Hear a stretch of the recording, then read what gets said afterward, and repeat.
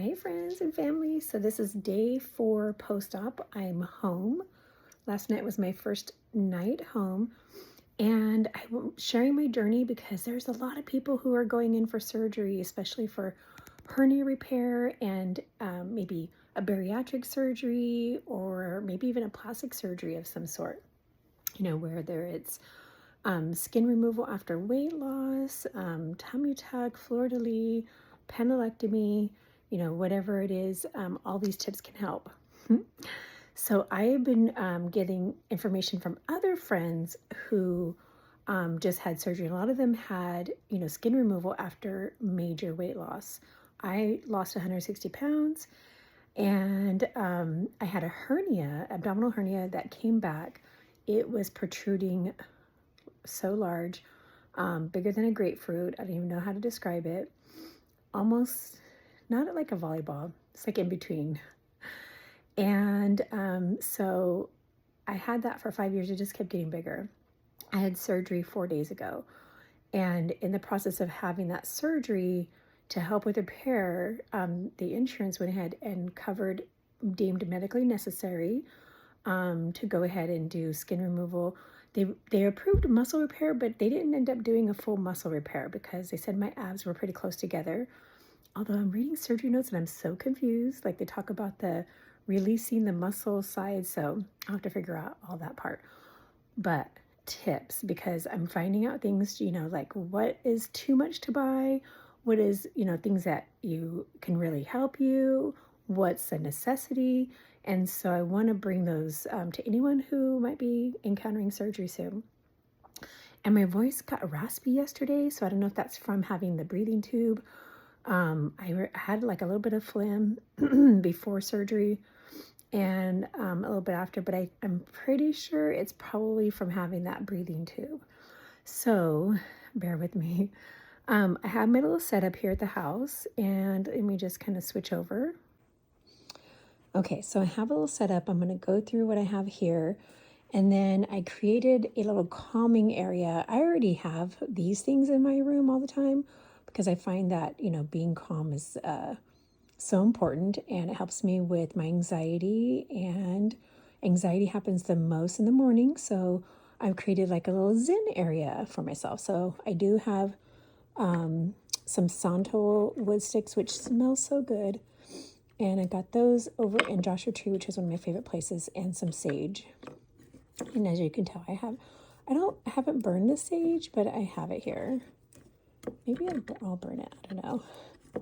And then one of my favorite scents from an Airbnb called Seventh Ray, they use Palo Santo blend aromatherapy spray, and it's a local small company out there. And I've got a couple of bottles over time. It's like $25. So I'll spray that. It lasts a long time. We have a mother tongue plant because if you don't know, it filters your air. I haven't turned this one on in a while, and I thought, you know what? I'm going to start turning it on. It's a pink salt rock. It's real rock, and if you put your finger on it, you can lick it, and it is salt that kind of comes off of here. And that's supposed to help with inflammation, if you have asthma or allergies, things like that. And if there's more, let me know in the comments. All right, so one of my friends, new friends that I follow, out in Orange County, she had a plastic surgery recently from Dr. Aga, and she was showing that she made arnica tea, and she also boiled, like she cut off the skins of pineapple and boiled that for the bromelain and would mix those together. I actually bought, which will arrive today from Amazon, a pineapple tea bag so I can just add those two together until I go get the pineapple to make that. And so I have the arnica tea, and I just put, I was drinking this last night. I put some local honey in it. And then I am finally back on getting my greens because after surgery you get highly constipated and really bad yesterday. So I ended up trying Fleet. Yeah. So if you can get some Mago 7, I think that's good to have on hand. And I need to find my magnesium because I need to take some. So I'm drinking my greens. That helps with digestion. I haven't had greens in a while. And in this, I also put a packet of Devotion Nutrition. Now, in a little bit, I'm going to go ahead and make a concoction. I'm going to make another water with Juven. Now, my friend Holly gave me some packets of Juven, and the doctors were so happy to see that I was using this. Let me pause. It's kind of pricey, and so I'm so thankful that she sent me the packages that she wasn't going to use. It's a fruit punch flavor, and if you'd like to put like flavors in your water, then I think you're going to like this. It's a therapeutic nutrition powder. It's made by Ensure. It includes collagen and protein. I also, drink a lot of protein and collagen. This has an amino acid, glutamine, and oh shoot, how do you say this? Arginine, and HMB metabolite. So you mix this, and I think it says, you can drink up to 2 a day. There you go. It has vitamins. Vitamin C is so important in healing. And I'm so glad Holly gave this to me because I didn't have enough vitamin C in what I was taking. And then a good 200 milligrams of calcium. So we're doing this. I started this right before surgery. I took some packets to the hospital. Great tip. Take these to the hospital, put them in your water in that little pitcher thing that they give you. And then I was mentioning that I also did a backup. I bought these on Amazon. Let me know if you'd like a link to any of these. I can send you an Amazon link. The Arnica. So you can do it by tea or dissolvable tablets. It's a natural remedy, so it can stimulate healing, reduces bruising, muscle soreness, muscle stiffness, quick dissolving tablets. And so they look like this. And let's see how many you take a day. And then bromelain, so with quercetin. And you probably have heard of quercetin, right? So this one is for healthy inflammatory response, healthy joints and muscles, allergy sufferers. So I think that's going to be good because we have a big fire in the mountains near us, and that is making our air quality terrible. 250 milligrams of quercetin and 500 milligrams of bromelain. And yeah, you can get bromelain from pineapple too. So I'm doing that. And then Tammy has had a huge surgery, lots of things done. She recommended to me this massage oil because she gets lymphatic massage and she's using this oil. Oh, you know what? So I thought this should have Arnica. I don't know. This is called LymphoFlow, and you can choose Arnica and coconut oil and Arnica and castor oil, which I thought I was choosing castor oil. It doesn't say that on here. It says Arnica and collagen, stem cell infused. So yeah, it works on stretch marks, sore muscles, scar care. So lymphatic drainage, that's what we're using it for. I have to look at this and see if it has castor oil. If not, I do have castor oil and I will just blend them. So when I ordered this on Amazon, it only took a day to get it. And I think I'm going to read it and make sure it has castor oil because that's what I wanted to do. I'm going to do that. Coconut oil is good too. I know castor oil has a lot of good benefits. And so that with Arnica I thought was a great idea. So maybe before I open it, I'll check that out because it came in a day. I'm already returning one blouse, so it won't hurt if I have to make another exchange. All right, and then so this is what they printed out. You have, whenever you have surgeries, you either have one JP drain. JP stands for the guy who invented it. And this is the extra fluid to help you from getting too swollen.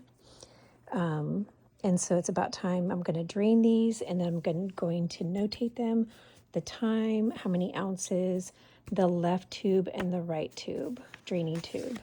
And then I'm keeping track of Tylenol, gabapentin, and the pain medicine as needed. Do I have Tylenol? Tylenol's not on there. Guess I better add Tylenol to the mix. This one just shows like, okay, which medicines they sent you home with, when you're supposed to take them. all that kind of stuff, and your papers from the hospital, discharge papers. A good friend, health teacher, Diane from Highland, she gave me this wedge pillow for my legs because I have lymphedema and lipedema. This is coming in handy post-surgery.